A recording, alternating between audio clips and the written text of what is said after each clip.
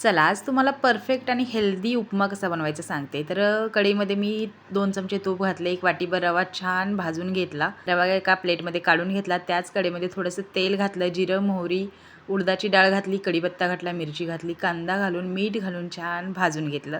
नंतर याच्यामध्ये गाजर, टोमॅटो आणि काकडी घातली, तीसुद्धा चांगली परतून घेतली.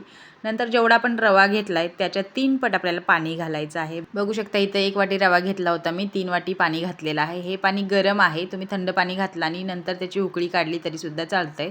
भाज्या शिजतील असे 2 मिनिटं उकळी तशीच ठेवायची आणि नंतर याच्यामध्ये रवा घालायचा, छान मिक्स करून झाकण ठेवून वाफवून घ्यायचं. मध्ये मध्ये एकदा दोनदा हलवायचं. बघू शकता मस्त असा आपला उपमा तयार आहे. सगळ्यात शेवटी कोथिंबीर घालायची. पुन्हा एकदा गॅस बंद करून झाकण ठेवायचं आणि 5 मिनिटं रवा छान उमलू द्यायचा. बघू शकता मस्त असा आपला हेल्दी उपमा तयार आहे. वरून थोडंसं साजूक तूप घालायचं. प्लेट सर्व केलेली आहे. चला पटकन खाऊन घ्या आणि सबस्क्राईब करा बरं का.